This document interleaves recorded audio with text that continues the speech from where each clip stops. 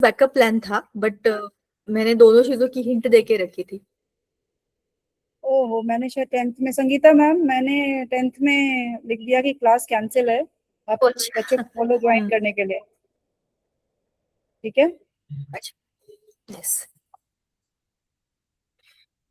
Okay, ठीक है, we can start. Yes, yes ma'am. तर एक म्हणजे एक विचित्र वेब सिरीज आली रे मध्यंतरी या विषयावरती. सो मुलं अशी शाळेतनं लिफ्ट घेऊन जातात अनोळखी लोकांबरोबर, पण ती लोक चांगली नसतात. सो म्हणजे जगामध्ये अशाही गोष्टी घडतात. तुम्हाला सांगणं माझं काम आहे, तुम्ही माझ्या मुलांसारखीच आहात ना. सो आपल्या डोक्यात पण नसतात काही गोष्टी. आपण आपलं सेफली, नीट, व्यवस्थित जायचं. उशिरा गेलं तरी चालेल, पण सेफ पोहोचायचं, हो की नाही? असं मला वाटतं. आपण एकदम वेगळ्याच ठिकाणी गेलो आणि आपण एकटे असलो, भीती वाटते ना. प्रत्येकाला वाटते, मला पण वाटते. अनोळखी ठिकाणी गेलो आपण, वेगळीच शाळा आहे, वेगळाच वर्ग आहे, आजूबाजूला कोणी ओळखीचं नाहीये, कोणी वेगळेच लोक आहेत, ऑड वाटतं ना. पण तरी म्हणजे हे सांगण्याचं कारण असं आहे की आपण लहान असतो ना, आपण मनाने खूप चांगले असतो, आपल्याला सगळं जग चांगलंच वाटतं. पण खरंच सगळं जग चांगलं असतं का? तर असं नसतं.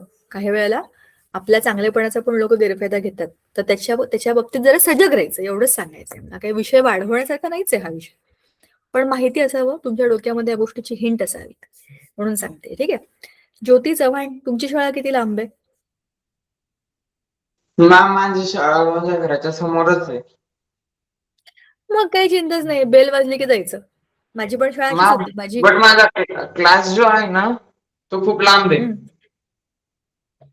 म्हणजे शाळेचा प्रेमायसिस आहे समोरच आहे, पण तुझा वर्ग लांब आहे. म्हणजे तो नाही मॅम, शाळेची मी जिथे छोटी बिल्डिंग. क्लासला जातो ना, प्रायव्हेट कोचिंग मध्ये, ते लांब आहे. बरं, मग तिकडे कसं तिथून जातोस 8 तू? किलोमीटरच सायकल? आहे. 1 किलोमीटर लांब नसतं रे, 1 किलोमीटर चालता 8 येण्यासारखं 8 अंतर. 8 किलोमीटर लांब आहे? बापरे, मग तिथे कसं जातोस तू? मॅम, गाड्यांना हात देऊन. बस नाही. हो, बापरे, तुम्ही पण तेच करताय का? So be careful boys. काळजी घ्या स्वतःची. आपण 10वीत होत आता. आपला जीव सगळ्यात महत्वाचा आहे, आपली हेल्थ सगळ्यात जास्त महत्वाची आहे, वेळ महत्वाची आहे, पण त्याच्याकरताचं चांगलं सोल्युशन शोधा. ठीक आहे. सायकलने जा, मित्रांचा ग्रुप करून जा, सेफ जा, कुठे पण जाताना. ठीक आहे. चला, मी गेले होते आज बसने फिरायला, बसने प्रवास करून आले आहे मी. आणि सकाळी 7:00 उठायचं म्हणजे मला ना असं असतं, आयुष्यात 7:00 उठायचं. पण रात्रभर तुम्ही किती पण जागायला सांगा, मला चालतं. पण सकाळी उठायचं ह्याची धडकी भरते मला. अरे बापरे, असं कसं? मॅम, मी पण ठीक दररोज आहे. 7 वाजता एनिवेज, 6:30 होते, पण दररोज 6:30 6:30. वाजता अरे, उठावं लागतं.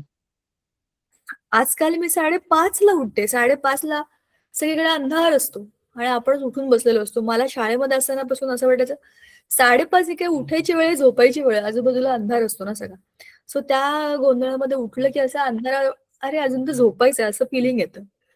4:00 उठता तुम्ही का? 4 वाजता का? अभ्यास करण्यासाठी? पण का?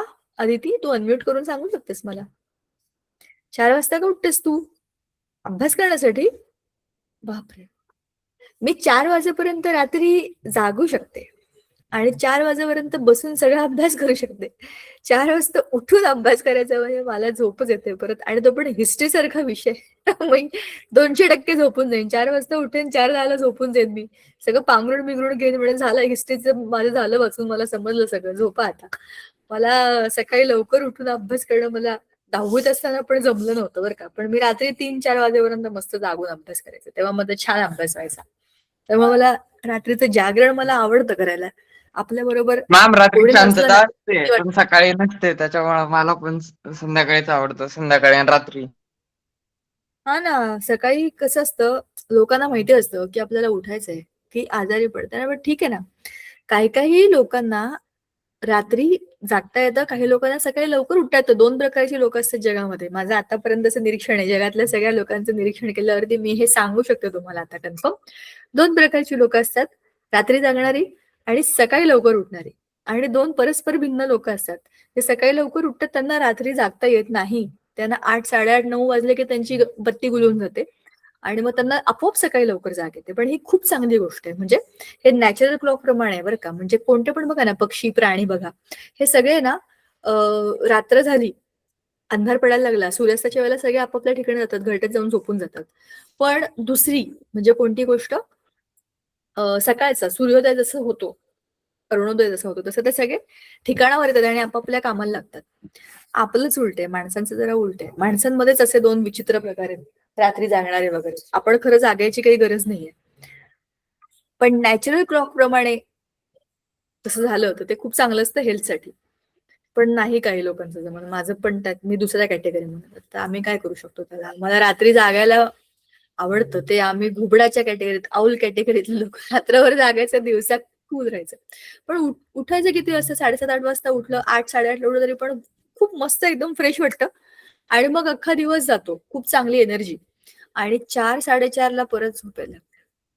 थोडा वेळ झोपलं, अर्धा पाऊण तास, मग परत येस, रात्री 3-4 वाजेपर्यंत जागायला तयार. असं असं शेड्यूल असतं बऱ्याच लोकांचं, माझं पण तसंच.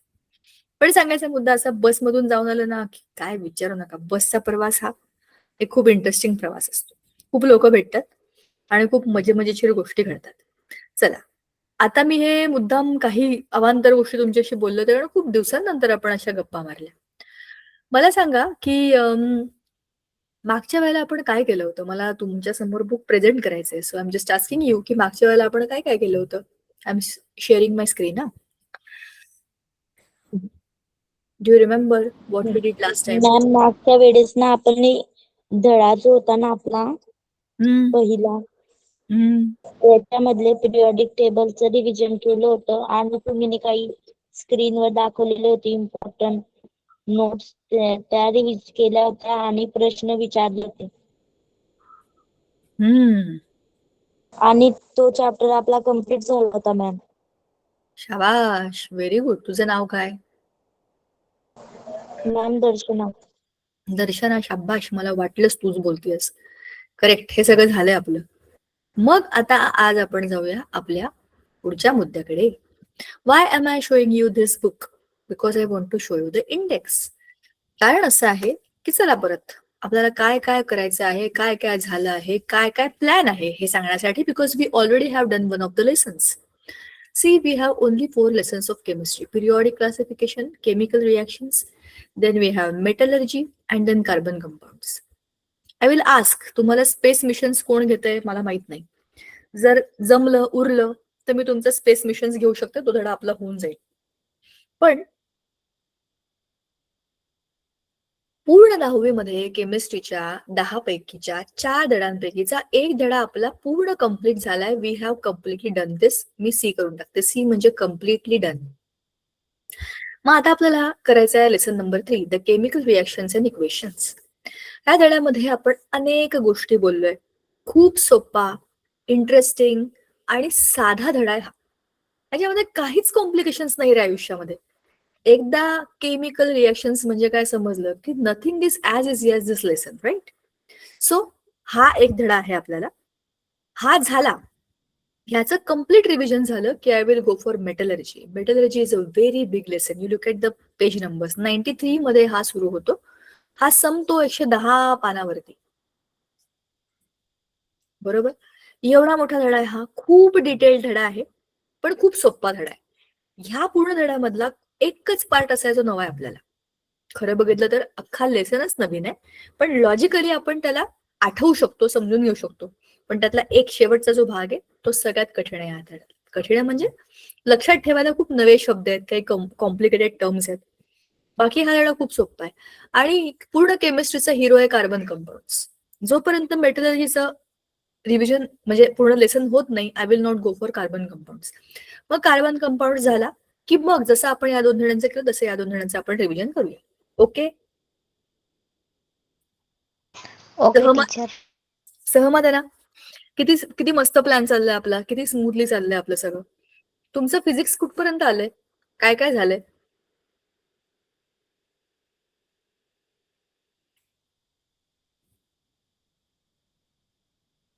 फिजिक्सचं कुठपर्यंत मॅम आलंय? फिजिक्सला ना आमचा 4th चॅप्टर चालू आहे. म्हणजे ग्रॅव्हिटेशन झाला आणि इफेक्ट्स ऑफ इलेक्ट्रिक करंट चालू आहे. Yes ma'am. Okay. Heat refraction lenses बाकी आहे. ठीक आहे, ठीक आहे, होऊन जाईल, ते पण होऊन जाईल. कारण फिजिक्स थोडं काय म्हणू आपण जरा इलॅबोरेटेड आहे, म्हणजे खूप डिस्क्रिप्शन आहे त्याच्यामध्ये, है ना. केमिस्ट्री त्यामाने सोपं आहे ना, का नाही? हो Yes, teacher. ma'am. Second chapter खूप सोपा आहे, म्हणजे डायरेक्टली तोंडी पाठ होऊन गेला. खूपच सोपा आहे तो धडा, तितका सोपा हो, थर्ड आहे. एलिमेंट सोडून बाकी सगळं तोंडी पाठ झालं. हा, आणि एलिमेंट्स पण तुम्हाला सगळे नाहीये, तुम्हाला 20 ऍटॉमिक नंबर पर्यंतचे माहिती असेल तरी खूप झाले. आतापर्यंत तुम्हाला तेवढ्याचीच गरज आहे, तेवढं तुम्हाला कळलं तरी खूप झाले. सगळे पाठ करायची गरज नाहीच आहे. Yes ma'am. आणि ते जे 18वा ग्रुप असतो ना, नोबेल गॅस, आणि त्याचबरोबर ते मेटॅलॉइड्स, ते पाठ करावं लागतं. म्हणजे बघितलं मी PYQs मध्ये, तर जे हे होतं ना 18वा ग्रुप नोबेल गॅसेसचा, तर बरोबर. तो आलेला. बरोबर. So that you can do easily. एकदा सगळा बाकीचा सगळा लेसन समजला की काय उरलंय, पिरियोडिक टेबल उरलंय. ते मस्त स्वतः घरी चार्ट बनवून ठेवा, जाता येता बघत राहा आणि लक्षात ठेवा काय काय आहे त्याच्यात, हो की नाही. चला, आता ह्या लेसनचं रिव्हिजन करूया. पीपीटी तर मी लावणारच आहे त्याच्यासाठी. But you now look at the concepts. Chemical reactions म्हणजे काय, त्याचे रूल्स काय आहेत, त्याला बॅलन्स कसं करायचं, आणि त्याचे टाइप्स किती आहेत. किती छोटासा, only there are 4 sub points of this lesson. You tell me what will be difficult in दिस. काय कठीण आहे याच्यामध्ये, सगळं आपण ऑलरेडी बोललेलो आहे. मग चला, पीपीटी वरूनच आपण ह्या सगळ्याची चर्चा सुरू करूया. मी पीपीटीचा तुमच्या समोर, स्लाइड समोर, तुमच्या समोर पीपीटीची स्लाइड ठेवणार आहे. तुम्ही बोलायचंय, ठीक आहे. मी काही बोलणार नाहीये. What you remember you have to tell me. सांगा. The secret language of everyday magic, chemical reactions and equations. चित्रात काय दिसतंय, काय समजलंय, मॅम, बोला. जे दूध आहे ना, त्याचं ना दह्यात रूपांतर झालेलं आहे, केमिकल रिएक्शन झालेलं आहे. बरोबर. आणि जे खिडे ठेवलेले आहे ना, त्यांना पण जंग लागलेला आहे. बरोबर. करेक्ट आहे. मॅम, इथे केमिकल चेंज आणि फिजिकल चेंज झालेला आहे. बरं, ओके, शाबाश, व्हेरी गुड. दोन्ही उत्तर, दोघींनी तुम्ही जी दिली ती चांगली उत्तरं आहेत, करेक्ट आहे. आणि त्याचबरोबर ही जी आपण मातीचं किंवा लाकडीचं, काय माहिती कसलं तरी भांडं जे दिसतंय, तर त्याच्यामध्ये जर का आपण लेफ्ट हँड साईडला, म्हणजे जे दही झालेलं जे भांडं आहे, तर त्याच्या साईडला जर पाहिलं तर बुरशी आले टाईप दिसतंय. वरती म्हणतेस तू? नाही, खाली खाली. दह्याच्या खाली, इकडे, इथे, हे इकडे. ओके, अच्छा, ओके ओके, राईट. करेक्ट आहे. शिवाय इकडे पानं पण आहेत, हिरवी पानं. तोडून ठेवली असतील तर त्याच्यामध्ये फोटोसिंथेसिस होणार नाही. पण झाडाची पानं असतील, इकडे झाडाच्या फांद्यात लावलेल्या, आणि त्याच्यामध्ये मध्ये ही भांडी ठेवली आहेत, असू शकतं ना. एखाद्या गार्डन मधला हा टेबल असू शकतो, तिथे दुधाचं दही झालंय, लोखंडाचे खिळे गंजलेत, ते अशा वेली बिली असतात बघा, त्याच्या अशा पानं अशी इकडे येतात तिकडे येतात. तर फोटोसिंथेसिस पण एक केमिकल रिएक्शन आहे, पानांमध्ये ती होऊ शकते. सो जरी ही पानं लाईव्ह नसतील, झाडावर नसतील, तरी पण फोटोसिंथेसिस तर याच्यामध्येच होतं, आणि त्याच्यामध्येच परत एक केमिकल रिएक्शन होते. सो दिस इज ट्रू की आपल्या आजूबाजूला खूप साऱ्या केमिकल रिएक्शन्स होतात. काही काय म्हणजे आजूबाजूला होतात, सारख्या होतात. चला, मला तुम्ही एक एक्झाम्पल सांगा, आत्ता या क्षणी तुमच्या आजूबाजूला होत असलेली किंवा तुम्हाला माहित असलेली एखादी केमिकल रिएक्शन कोणती? Tell me. Ma'am, mango. आता आता कुठे आपल्या आजूबाजूला मँगो आहे?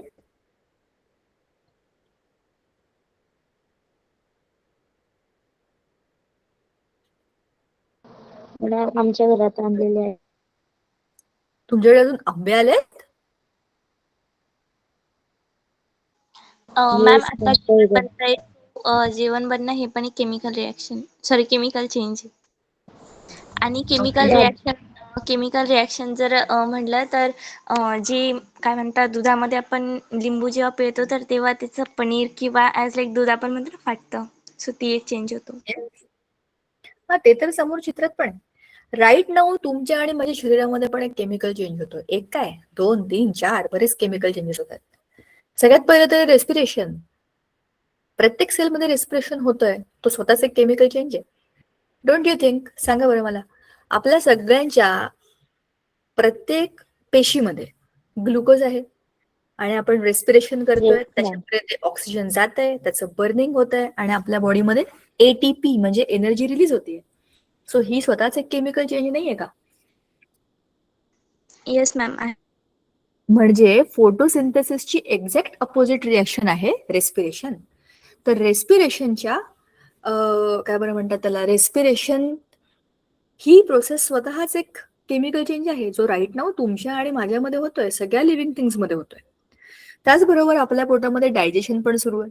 काहीतरी आपण खाल्लेलं असतंच, त्याचं डायजेशन सुरू आहे, त्याच्यामध्ये पण केमिकल चेंज होतोय. So it is already there. Chemical changes are around us and they are inside us too. बरोबर, आपल्या आजूबाजूला कुठेतरी काहीतरी जळत असतं. माझ्या घराच्या बाहेर पण काही कचरा जळत आहेत लोक, तर ते burning itself is a chemical reaction. बरोबर, तुमच्या आजूबाजूला पण बघा. तुम्ही म्हणाल तसं बरोबर आहे, स्वयंपाक करताना आपल्या घरामध्ये जी फ्लेम पेटते ती पण एक बर्निंग म्हणजेच काय, केमिकल चेंज आहे. बोला. हँड रेस केला. आता सध्या आपल्या बॉडीमध्ये ग्लायकोसिस होत आहे, म्हणजे जे ग्लुकोज असते ते ब्रेकडाऊन होत आहे. तेच ओके, तुम्ही बोलला ATP बनतंय. येस, बरोबर ना. फक्त ग्लुकोज नाही, आपण जे जे काही खातो ते सगळंच काय बरं म्हणू आपण, डिग्रेड होतं, छोट्या छोट्या पार्टिकल्स मध्ये ते तुटतं आणि आपल्याला त्याच्यामधनं जी काही एनर्जी हवी आहे ती मिळते. So breaking of the food into the usable form of energy, ह्याला म्हणतात काय बरं म्हणतात, micro level of chemical change. बरोबर, आपल्या प्रत्येक सेलमध्ये तो होतोय. सो आपल्या आजूबाजूला हे जे केमिकल चेंजेस होतात त्याच्यामध्ये आजूबाजूला आणि आपल्या सभोवती आपल्याला अंदाज पण नसतो की हे केमिकल चेंजेस आहेत, पण ते होतात. मग त्यांना ओळखायचं कसं आणि त्यांना लिहायचं कसं, ह्याच्यामध्येच हा सगळा लेसन आपल्याला गाईड करतो. पण there are 2 types of changes. Tell me now, what do you understand with this? थांबा, पण ह्या प्रश्नाचं उत्तर आपल्या क्लासमधले बॉईज देतील. मॅम एकदा क्वेश्चन रिपीट कराल ना? अरे, चित्रामध्ये बघून काय कळतंय हे मला बॉईज सांगतील. बॉईज, हरिओम. बोला, मॅम मी सांगू? अनम्यूट करा. सांग ना. मॅम वॉट आईस पासून वॉटर होणं ही केमिकल फिजिकल चेंज आहे आणि लाकडाचं बर्निंग होणं ही केमिकल चेंज आहे. बरोबर आहे, करेक्ट आहे. कारण CO2 रिलीज होतो ऑक्सिजनच्या हेल्पनी आणि फॉर्म चेंज होतो करेक्ट, परफेक्ट. वॉटर सो बरोबर आहे, बनणं आईसचं. बरोबर. आणखीन कोणाला काही ऍड करायचंय? हरिओम, तुला काही ऍड करायचंय का त्याच्यामध्ये?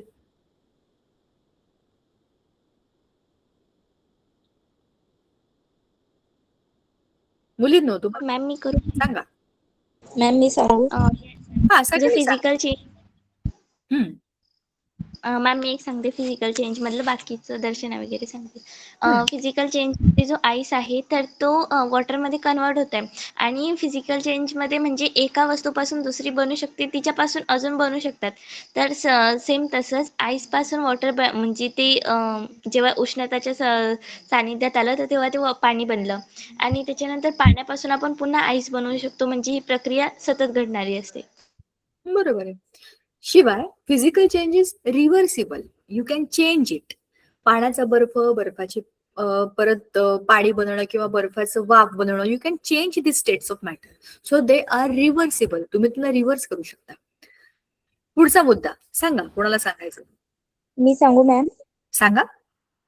मॅम आपल्याला तिथे एक लाकूड दाखवलेलं आहे, ते जडत आहे, पण ते जडलं कधी ते परत लाकूड होणार नाही, म्हणजे ते केमिकल चेंज आहे. आणि आपल्याला एक मँगो पण दाखवलेला आहे, एक कैरी आहे आणि त्याचा आंबा झालेला आहे आणि तो परत कैरी होणार नाही, म्हणजे तो केमिकल चेंज आहे. बरोबर, बरोबर. म्हणजेच काय की जो की आपला फिजिकल चेंज आहे, फिजिकल चेंज तो रिव्हर्सिबल आहे, पण जो केमिकल चेंज आहे तो इरिव्हर्सिबल आहे. एकदा वस्तू बदलली परमनंट की तशीच राहते. आपले स्वभाव पण बघा ना, लोक म्हणतात स्वभावाला औषध नसतं. बरोबर आहे, ते that is a permanent change. लहानपणी बघा आपण कसे होतो, कोणी काही सांगितलं तरी आपल्याला खरं वाटायचं. बघा, आठवून बघा, तुम्ही छोटे होता, तुम्हाला लोक सांगायचे रात्र झाली, झोप आता, चांदो मामा झोपला. तुम्हाला खरं वाटायचं, खरंच रे, रात्र झाली, चांदो मामा पण झोपला, आपणही झोपू. चांदो मामा आकाशातच असतो, आपल्याला दिसत नाही, कारण आपण आपल्या गादीवर जाऊन झोपतो. आणि आपल्याला झोपवण्याकरता लोक काहीही सांगतात आणि ते आपल्याला सगळं खरं वाटतं, कारण आपण तेव्हा छोटे असतो. पण जसे जसे आपण मोठे होतो, तीच आपली घरातली माणसं आपल्याला काहीही सांगतात आणि आपल्याला काहीही पटत नाही. बरोबर आहे की नाही, मला सांगा. तुम्हाला ते कितीही सांगतात, येस जास्त मॅम. वेळ फोन बघू नका, डोळे खराब होतील, पटतच नाही. काय, आम्ही फोनवर टाइमपास करत नाही, आम्ही त्याच्यामध्ये अभ्यासाचं बघतो. पण ते बघता बघता किती वेळ बघता? हे बघा, हे मी तुमचं उदाहरण असं म्हणून सांगत नाहीये, पण हा परमनंट चेंज आहे. तुम्ही लहान होतात तेव्हा तुम्ही इतके क्यूट इनोसंट होतात, तुम्हाला कोणी काही सांगितलं की तुम्हाला सगळं खरं वाटायचं. आता तुम्ही मोठे होताय, आता तुम्हाला समजायला लागलंय की कोण आपल्याला काय सांगत. चांदो मामा झोपला हे वाक्य तुम्हाला ऐकून आता हसू येईल, चांदो मामा कसा काय झोपू शकतो. पण तुम्ही लहान असताना इमॅजिन करा की ते वाक्य ऐकून तुम्ही झोपायचात.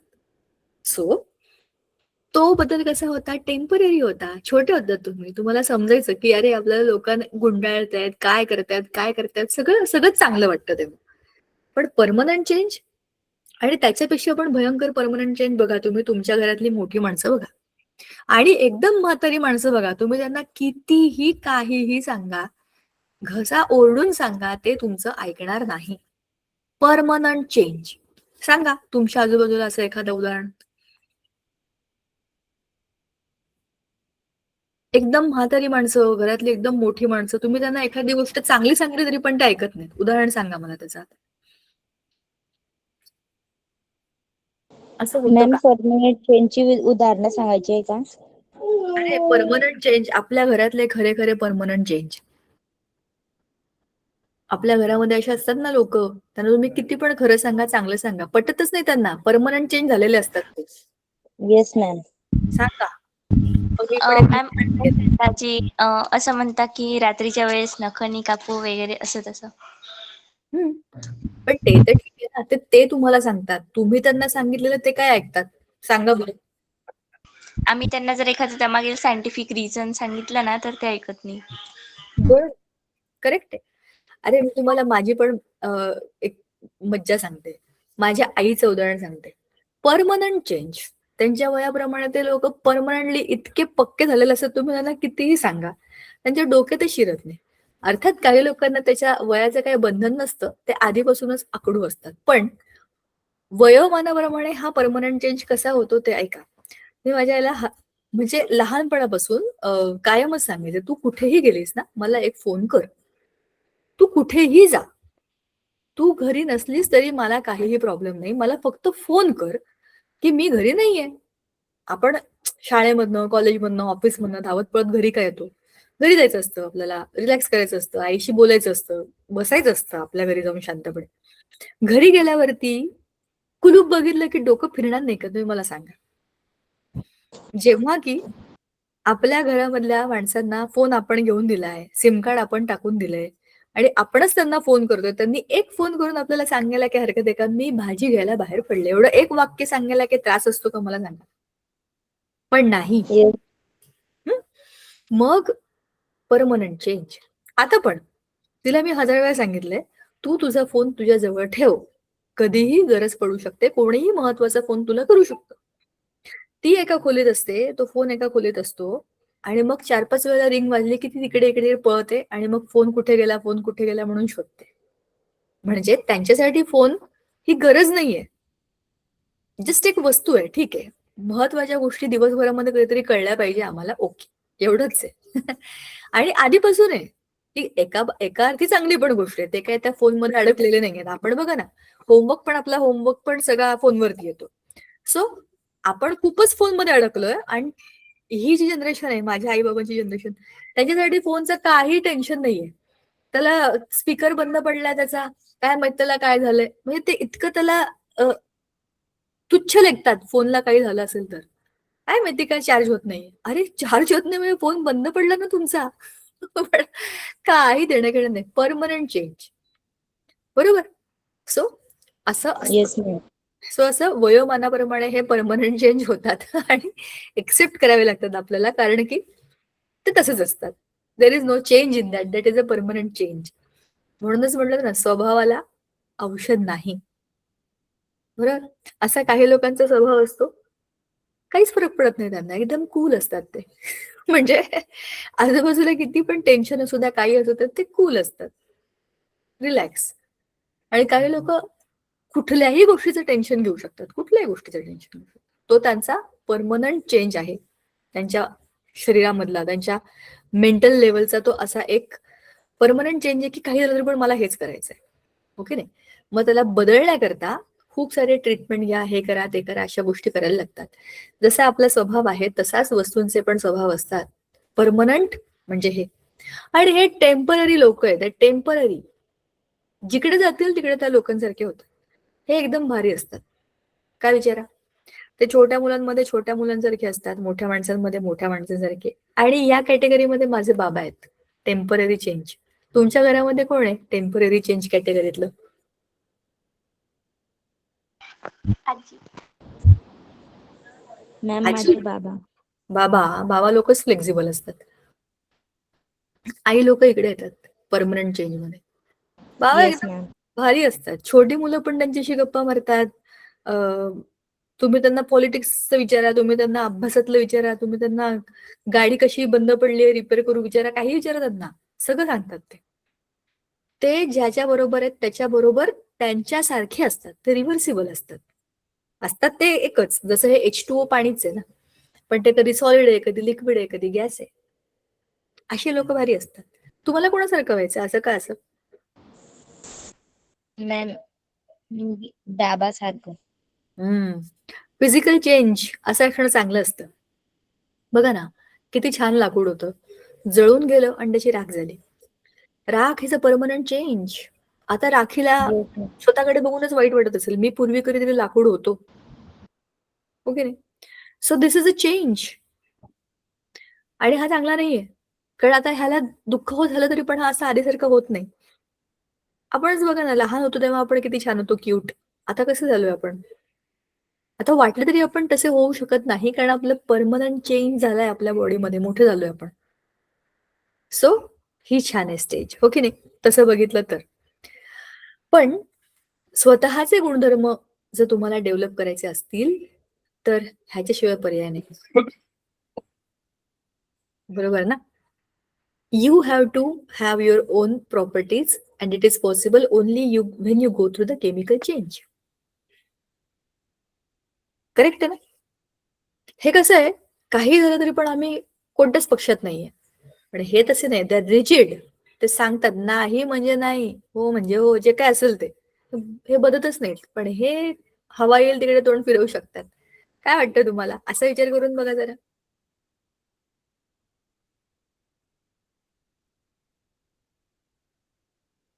हो का नाही? Yes ma'am. मग आता सांगा, आता विचार बदललाय आपला, आता काय व्हायला आवडेल, हे काय आहे? Ma'am physical change. तरी पण फिजिकल चेंजेस. प्रत्येक येस मॅम. कोणी येऊन तुला काहीही सांगेल, आणि जी व्यक्ती जे सांगेल ते तुला ऐकावं लागेल. मग तुला स्वतःच काही मतच नाही. असं चांगलं आहे का, हे चांगलं आहे? Ma'am chemical change. बरोबर. म्हणजे परिस्थिती बदलली की उत्तर बदलतं. काही वेळेला आईचंच बरोबर असतं. नाही म्हणजे नाही, काही तुम्ही किती काही बोला, नाही म्हणजे नाही, झालं केमिकल चेंज, परमनंट चेंज. ते कधी कधी भल्याचं असतं. सो दोन्ही गोष्टींचे फायदे, दोन्ही गोष्टींचे तोटे आहेत. केमिकल चेंज मध्ये वस्तू मॉलिक्युलर आणि ऍटॉमिक लेवलला तुटतात आणि नव्या वेगवेगळ्या बॉन्डमध्ये अडकतात, म्हणून काहीतरी नवीन बनतं. आणि जे नवीन आहे त्याला स्वतःच्या प्रॉपर्टी असणारच आहेत की नाही. जुन्या बॉन्ड्सना तोडून नवा बॉन्ड जेव्हा बनतो तेव्हा काहीतरी तुटल्याचं दुःख असतं, काहीतरी जोडल्याचं सुख असतं, आणि त्याच्यातनच ते नवीन जे काही घडलाय तो कंपाऊंड घडतो. जसं आपले काही गोष्टींचा अनुभव घेऊन आपण तुटतो, काही गोष्टींचा अनुभव घेऊन आपण जोडले पण जातो. बघा, तुम्ही लहान होतात, 2री, 3री, 4थी पर्यंत तुमच्या वर्गामध्ये कितीतरी तुमचे मित्रमैत्रिणी असतील, जे नंतर शाळा सोडून गेले, वर्ग सोडून दुसऱ्या तुकडीत चालले गेले. बरोबर. तुमचे जुने बॉन्ड तुटले ना.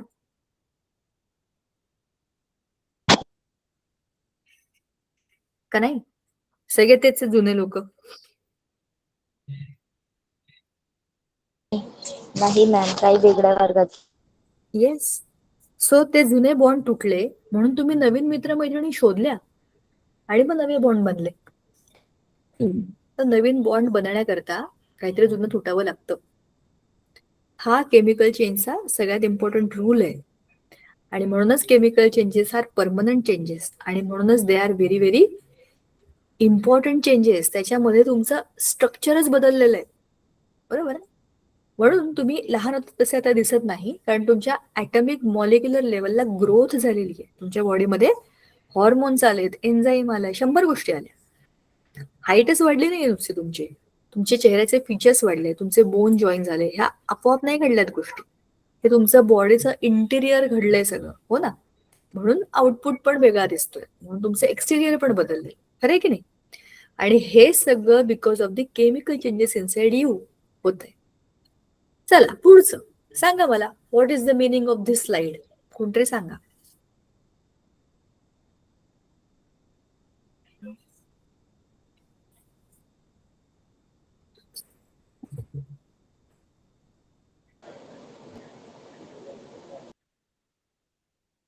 सांगा.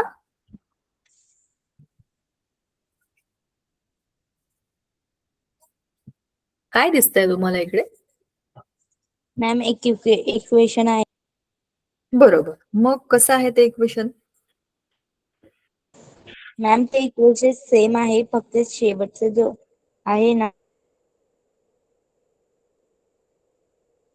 इक्वेशन सेम आहे ह्या वाक्याला काय अर्थ आहे?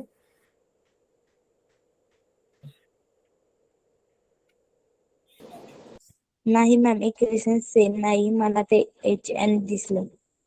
अच्छा, म्हणजे मला असं म्हणायचंय की एकच इक्वेशन दोनदा लिहिलंय का असं वगैरे वाटलंय का? म्हणून तसं विचारलं. त्याची हो. आणि लेफ्ट साइडला जे असतात ना, तर त्याला रिएक्टंट्स म्हणतात. देन जो एरो असतो तर त्याचा meaning असतो की याच्यापासून हे तयार होत आहे, म्हणजे रिॲक्शन होती, रिॲक्शन होऊन हे बनतंय, तर ते असतं राईट साइडला आणि त्याला प्रोडक्ट म्हणतात. आणि देन त्याच्यानंतर जेव्हा जो एरो असतो तो वरच्या दिशेने असतो, म्हणजे उत्तरेला जर असला तर त्याचा अर्थ असतो की ते गॅसियस स्टेटमध्ये फॉर्म झालंय. बरोबर. जर असला तर त्याचा अर्थ असतो की सॉलिड आहे. नंतर एल जर असला तर लिक्विड, जी असला तर गॅस. बरोबर. शाबाश.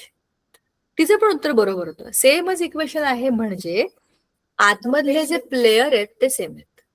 CuSO4 plus Zn, ZnSO4 plus Cu. सांगायचा मुद्दा असा की आलटून पालटून तेच लोक गेम खेळत आहेत.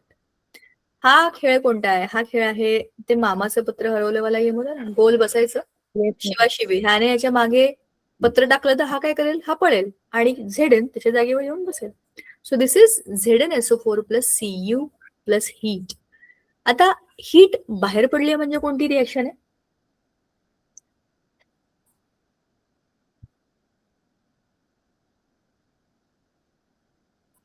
हीट बाहेर पडलेली म्हणजे कोणती ma'am, reaction? Gases. Exothermic. Exo म्हणजे हीट बाहेर टाकणारी, थर्मा म्हणजे हीट, एक्झो म्हणजे बाहेर.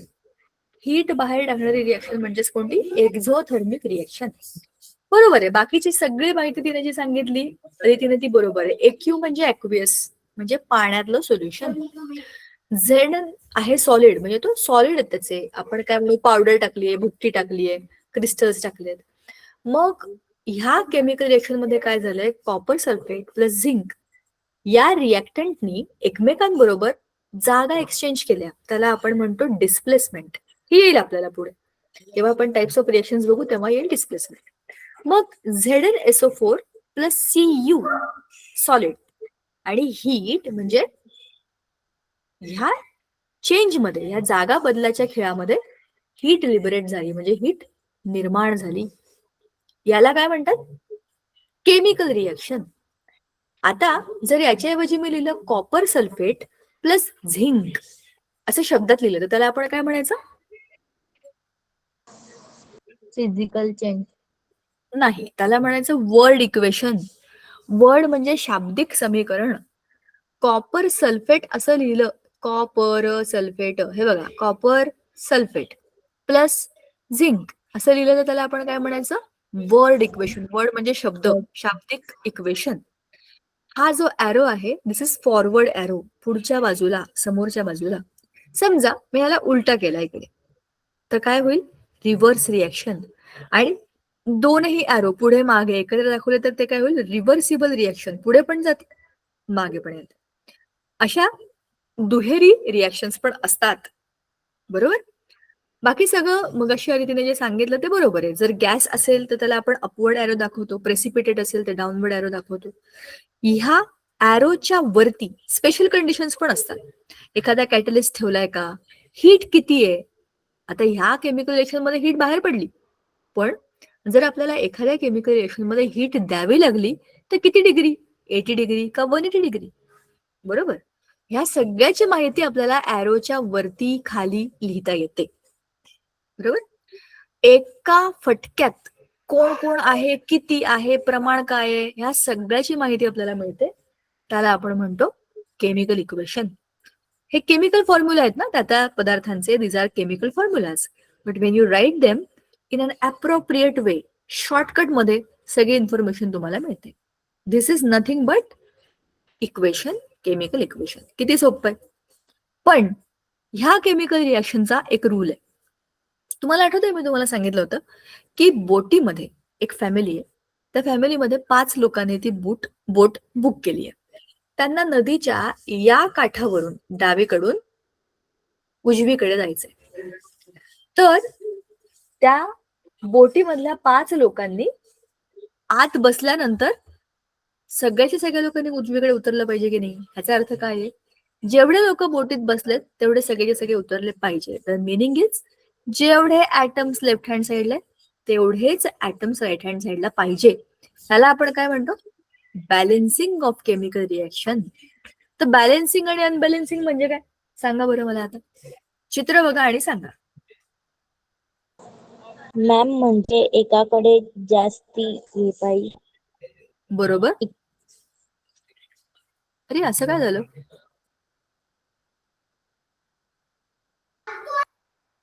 ओके, हा बघा आता दिसतंय का? तेच मॅम. एकाकडे हे राहिलं म्हणजे दोघी पण जे इक्वेशन आपल्याला दिलेलं आहे ना ते प्रोडक्ट पण सेम यायला पाहिजे. आणि मॅम त्या पहिल्याला काय म्हणता? कोणाला याला? हे खाली झाले ते? Yes ma'am. तुला जे म्हणायचं ते म्हण. तुला चित्र जे दिसतं ते सांग. चित्रातच सगळ्या गोष्टी आहेत. त्याला रिएक्टंट, प्रोडक्ट काय म्हणायचं, तुला जे म्हणायचं ते म्हण. मॅम म्हणजे जे रिएक्टंट राहताना आणि प्रोडक्ट राहतात ते सेम हवे. ते सेम नसले तर अनबॅलेन्सिंग होते. जी आपली इक्वेशन राहते ते. आणि रिएक्टंट आणि प्रोडक्ट कधी सेम असले तर आपली बॅलेन्सिंग होते. बरोबर, करेक्ट आहे. अजून कोणाला काही सांगायचंय का? तिने जे सांगितलं ते बरोबर. रिएक्टंट आणि प्रोडक्ट सेम असले पाहिजे.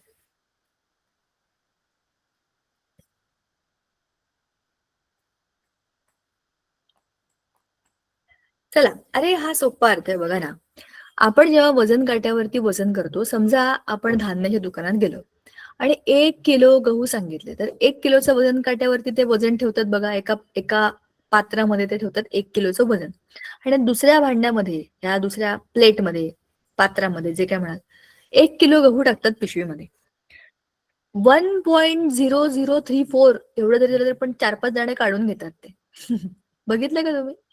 1 किलोला 1 किलो 1.0001 एवढं वजन झालं की ते गाठ मारतात. बघितलंय तुम्ही?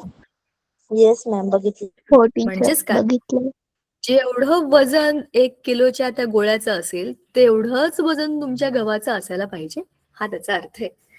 म्हणजेच काय? तुम्ही बॅलन्स करायला पाहिजे वजन काटा. 2-4 दाणे जरी तुमचे जास्त गेले तरी त्यांचं नुकसान आहे, याचा अर्थ असा आहे. म्हणजेच जेवढे लोक डावीकडे तेवढेच लोक उजवीकडे असायला पाहिजे. आणि जर नसतील तर काय करायचं? जसं ते करतात, 4-5 जण असं झालं की लगेच काढून घेतात, मग बरोबर बॅलन्स होतं. नाही तर गहू जास्त घेतलेत तुम्ही डीमार्ट मधनं सामान घेतलंय का कधी? डीमार्ट मधनं धान्य मोजून घेतलंय का? येस मॅम, घेतलाय. हा, मग कसं घेतात डीमार्ट मध्ये सामान, सांगा बरं मला. मॅम तिथे ना आपल्याला एक असं भांड दिलेलं असतं, त्याच्याने आपल्याला कॅरी बॅग मध्ये भरावं लागतं आणि तिथे एक काटा दिलेला असतो, तिच्यावर आपल्याला वजन करावं लागतं. बरोबर, शाबाश, व्हेरी गुड. खरा खरा अनुभव आहे, एकदम बरोबर आहे. तिथे 2 किलो, 3 किलो, 5 किलो अशा वेगवेगळ्या किलोच्या पिशव्या असतात बरं का, साईजच्या. तर तुम्ही 2 किलोच्या पिशवीमध्ये एखादी गोष्ट भरली की तुम्हीच तिकडे जाऊन चेक करायचे किती किलो आहे. आणि त्या वजन काट्यावरती समजा आता 2.37 असं काहीतरी वजन झालं, तर ते तुम्हाला हवं असेल तर तुम्ही 2 किलो करा, नाही तर तेवढं वजन ठेवा. म्हणजे 2.37 किलो ह्याच ते बिल करणार. म्हणजेच काय करणार, तुम्ही जेवढं घेतलं तेवढं तुम्हाला देऊन टाकणार ते. नाही तर तुमच्या हातामध्ये की तुम्ही जा परत 4 दाणे काढा, मग परत 2 दाणे टाका, हे खेळत बसा. नाही तर जेवढं आलं तेवढं घ्या. तुम्ही काय करताय, बॅलन्स करताय. हे आपल्या हातामध्ये, किती टाकायचं, किती घ्यायचं, किती पाहिजे आपल्याला, किती बॅलन्स करायचं आपल्याला, हे आपल्या हातामध्ये आहे. जसं डीमार्टच्या सामानामध्ये आपल्या हातामध्ये असतो वजन काटा. मला 2.5 किलो तरी पाहिजे, 2.37 झालंय का, मग मी ऍड करेन. नाही तर मला 2 किलो तरी पाहिजे, मग मी कमी करेन. थोडक्यात टाकणं किंवा काढणं हा खेळ आपल्या हातातच असतो. केमिकल रिॲक्शन बॅलन्स करताना आपण तेच करतो. आपण काय करतो, आपणच वजन काट्याला इकडे तिकडे बघतो. इकडे 2 कमी आहे का, इकडे 2 टाकतो, इकडे 2 जास्त आहे का, इकडे 2 कमी करतो. ह्याचा अर्थ काय आहे की आपण त्याला जेवढे डावीकडे तेवढे उजवीकडे करून number of atoms on the left hand side is equal to number of atoms on the right hand side हे इक्वेशन बॅलन्स करतो. करेक्ट? खूप सोपं आहे, काहीच कठीण नाहीये. फक्त एवढं लक्षात ठेवायचं, ॲटम्सची संख्या सारखी असायला पाहिजे. 2 सोडियम आहेत का डावीकडे, इथे पण 2च असले पाहिजे. जर नसतील तर गोंधळ आहे. इथे नव्हते बघा. हा 2 पिवळ्याने का टाकला, कारण NaOH घेतला होता, पण प्रोडक्टमध्ये Na2 आलाय. मग 2 म्हणजे तुम्हाला इथे 2 वाढवायला पाहिजे ना, बरोबर.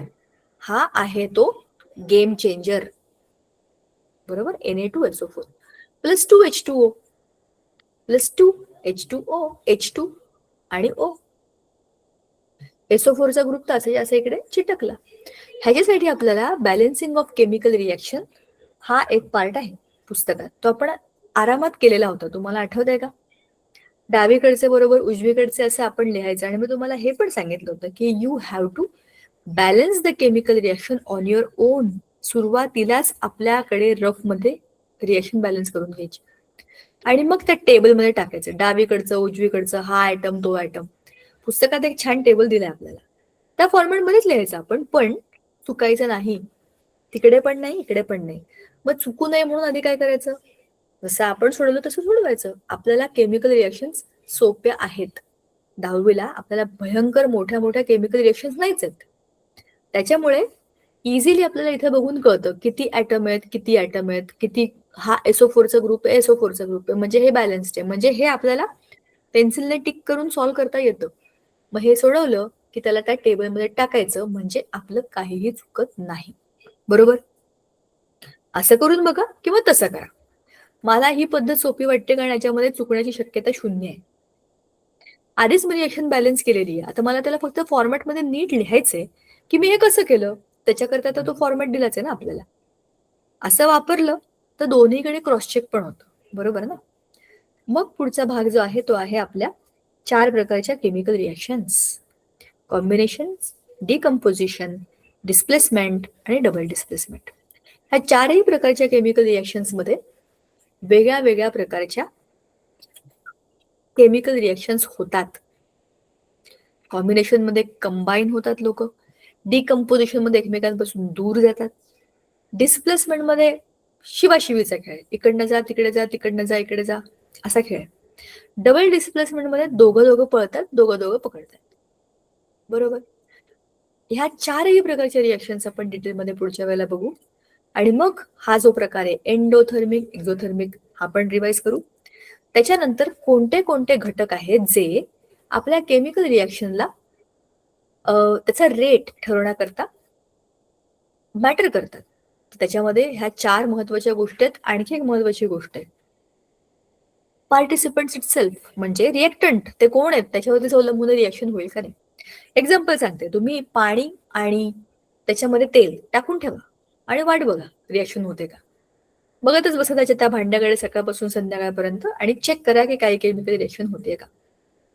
याचा अर्थ असा आहे, ज्यांना एकमेकांशी रिएक्ट करायचे ते तर असेही रिएक्ट करणार आहेत, आणि ज्यांना करायचं नाहीच आहे ते तुम्ही काहीही करा पण लवकर रिएक्ट करणार नाही, मग तुम्हाला कंडिशन एकदम बदलाव्या लागतात. तर हा सगळा जो प्रकार आहे तो आहे the different factors affecting the chemical reaction and the speed of the chemical reaction म्हणजे rate of the chemical reaction. हे झालं की मग आपलं रेडॉक्स रिएक्शन हा महत्वाचा पार्ट आहे, कारण हा नवा आहे या वर्षी आढळत आपल्याला. ते झालं की या रेडॉक्स रिएक्शनचा इम्पॅक्ट आहे फूड रॅन्सिडिटीवरती आणि नंतर आहे रस्टिंग ऑफ आयर्नवरती, आणि मग हे 4-5 प्रश्न जे आपण मागच्या वेळेला आपण केले होते. This is all about the lesson. It is very very simple. Nothing is difficult in this. आपलं ऑलरेडी हे झालंय, आपण हे रिवाइज करतोय. पुढच्या वेळेला आपण माइंड मॅप घेऊ आणि हे परत सगळं डिस्कस करू. तोपर्यंत ह्याचे क्वेश्चन आन्सर्स पण आपण तयार करून ठेवू आणि मग ह्याचा पूर्ण धड्याचा रिव्हिजन झालं की आपला अर्धा सिलेबस कम्प्लीट. ठीक आहे, थांबायचं आपण. Yes ma'am. All right, ma'am. चला या पुढच्या वेळेला, आणि पुढच्या वेळेला अलॉंग विथ माइंड मॅप आणि पीपीटी आणि मग क्वेश्चन आन्सर्स आणि व्हिडिओ, ह्या सगळ्यामधनं हा धडा आपण रिवाइज करू. आणि पुन्हा हा धडा कसा संपेल, मला वाटतं हार्डली 2-3 लेक्चर लागतील आपल्याला, पण सगळं आपलं स्मूथली संपेल आणि सगळे क्वेश्चन आन्सर्स आपले पण त्यातले होतील. सो मग we will be done with 50% of the syllabus. ठीक आहे, ओके. चलो bye bye, thank you, bye. Thank you bye Prema. Ma'am. Bye teacher. Good night teacher. Good good night. Night teacher. Bye ma'am, good Knight.